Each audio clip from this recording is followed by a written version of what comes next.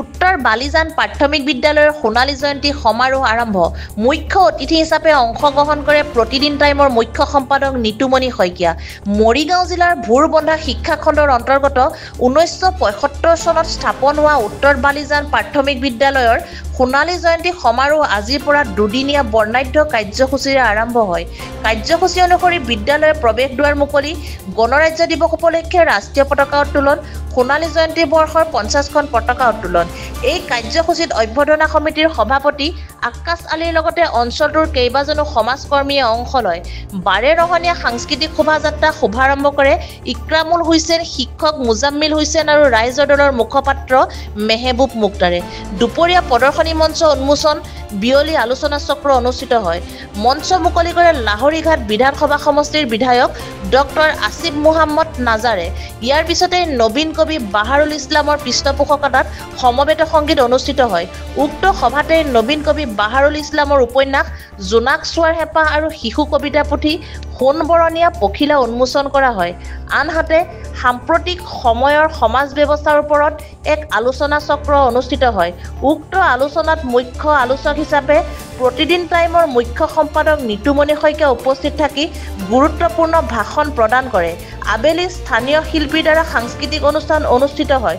উক্ত অনুষ্ঠানত শতৰূপা দেৱী উপস্থিত থাকে। উত্তৰ বালিজান প্ৰাথমিক বিদ্যালয়ৰ 50 বছৰ খুব ভাল লাগিল আহি 26 জানুৱাৰী গণৰাজ্য দিৱসৰ দিনটো দুদিনীয়া কাৰ্যসূচীৰে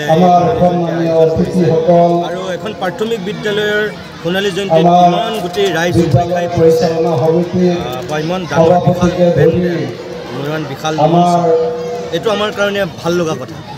মই ভাবোঁ গোটেই অসমীয়া জাতীয় জীৱনৰ কাৰণে এইটো এটা সুখবৰ যে যিটো সময়ত আমাৰ বহুত প্ৰাথমিক বিদ্যালয় বন্ধ হৈ গৈছে, সেইটো সময়ত কিন্তু একাংশ প্ৰাথমিক বিদ্যালয় উজ্বলি উঠিছে আৰু তেওঁলোকে ভৱিষ্যতলৈ আৰু অধিক শক্তিশালী ৰূপত আত্মপ্ৰকাশ কৰিবৰ কাৰণে চেষ্টা কৰিছে। আৰু এই বিদ্যালয়খন তেনেকুৱা এখন বিদ্যালয়। এতিয়া 155 জন ছাত্ৰ ছাত্ৰী আছে, 3 গৰাকী শিক্ষক আছে, মই শিক্ষা বিষয়া আছে, সন্মানীয় স্থানীয় বিধায়ক আছে। মই সকলোকে অনুৰোধ কৰিছোঁ আৰু ইয়াৰ যোগেদি মই অসম চৰকাৰকো কৈছোঁ যে এতিয়াও বহুত বিদ্যালয় আছে ছাত্ৰ ছাত্ৰী অনুপাতে শিক্ষক নাই। এই সমস্যাটো দূৰ কৰিব লাগে। এই বিদ্যালয়খনতো শিক্ষক ছাত্ৰ ছাত্ৰী অনুপাতে কম। এই বিদ্যালয়বিলাকৰ এনেকুৱা সমস্যাবিলাক সমাধান কৰিলে আচলতে এই বিদ্যালয়বিলাক আৰু অধিক জীপাল হৈ উঠে।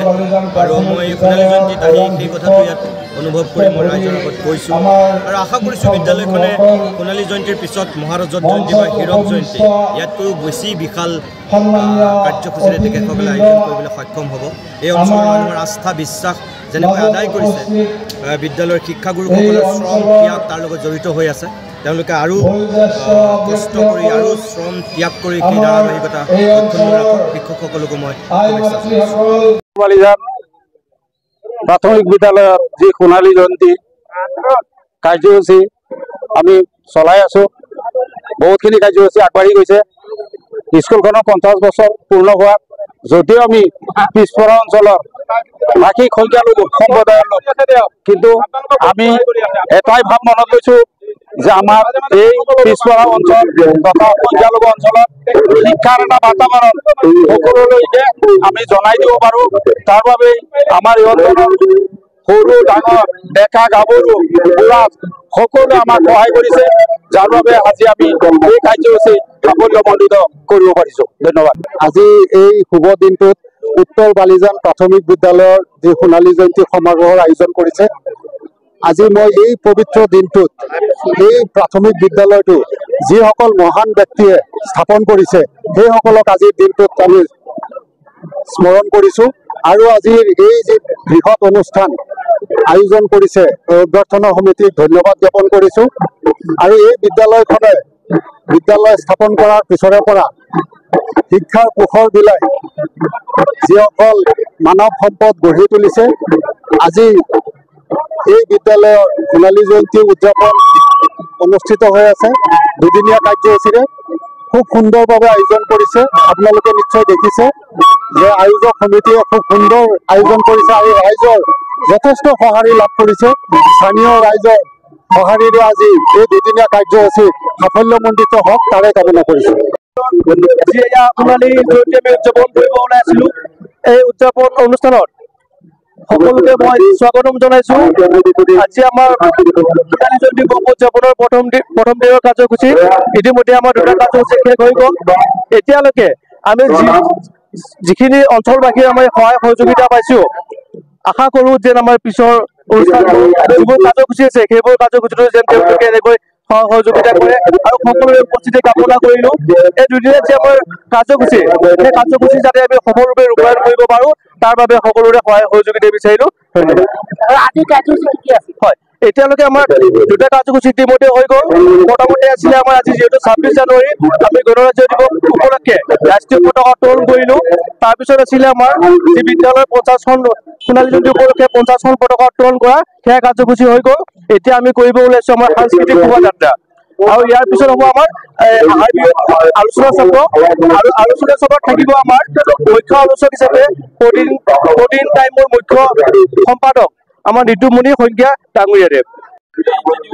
উত্তৰ বালিজান প্ৰাথমিক বিদ্যালয় সোণালী জয়ন্তী বৰ্ষ এই বৰ্ষ উদযাপনৰ আজি প্ৰথম দিনৰ ইতিমধ্যে দুটা কাৰ্যসূচী হৈ গৈছে। পূৰ্বে পতাকা উত্তোলন হৈছে, ৰাষ্ট্ৰীয় সংগীতেৰে ধুনীয়াকে আমি পতাকা উত্তোলন জাতীয় সংগীত গাই হেৰি কৰিছিলো। তাৰপিছতে আমাৰ 50 বছৰ পূৰ্ণ হোৱাৰ বাবে 50খন পতাকা বিশিষ্ট ব্যক্তিৰ দ্বাৰা উত্তোলন কৰা হৈছে দ্বিতীয় কাৰ্যসূচী। আৰু তৃতীয় কাৰ্যসূচী হিচাপে এতিয়া সাংস্কৃতিক বৰ্ণাঢ্য যি শোভাযাত্ৰা, এই শোভাযাত্ৰাই এই আমাৰ অঞ্চলৰ কাৰণে এটা গৌৰৱ যে আজিলৈকে আমাৰ বালিজান ৰৌমাৰী মৰিৰাজ টুকটুকি বেচামাৰীত আজিলৈকে ইমান বৃহৎ এটা অনুষ্ঠান আমি দেখা নাই মোৰ গতিকে অনুষ্ঠানটোৱে আমাৰ অঞ্চলৰ যিবিলাক সমাজৰ অসূয়া অপ্ৰীতি সংস্কৃতি আছে এইবিলাক অপ্ৰীতিবিলাক দূৰ কৰিব, সাংস্কৃতিক বান্ধোনেৰে আমাৰ এনাজৰিত কটকটীয়া কৰিব। আমি আৰু শিক্ষাৰ ক্ষেত্ৰত আমি প্ৰাথমিক বিদ্যালয়ৰ পৰা আৰম্ভ কৰি বিশ্ববিদ্যালয়লৈ যাতে আমাৰ ছাত্ৰ ছাত্ৰীসকলে উত্তৰোত্তৰভাৱে আগবাঢ়ি যাব পাৰে তাৰ কাৰণে এটা সাহস আৰু এটা উদাহৰণ উত্তৰ বালিজান প্ৰাথমিক বিদ্যালয় দেখুৱাৰ কাৰণে তেখেতসকলক ধন্যবাদ জনাইছো। যি সোণালী জয়ন্তী সমাৰোহ আমি উদযাপন কৰি আছো, তাতে মই এজন সেইখন বিদ্যালয়ৰ প্ৰাক্তন ছাত্ৰ আৰু প্ৰথম বেজৰ ছাত্ৰ আছিলো আমি।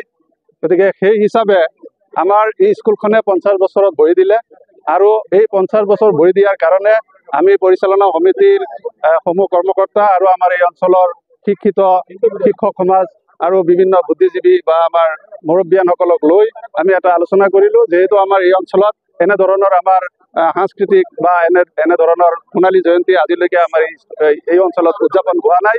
গতিকে আমি এই সোণালী জয়ন্তী উদযাপন হোৱাৰ কাৰণে আমি আজি 2 মাহৰ আগতে প্ৰস্তাৱ লৈ আমি সেইমতে বহু কষ্টৰ ফলত আজি আমি এই সোণালী জয়ন্তীখন উদযাপন কৰিব ওলাইছো।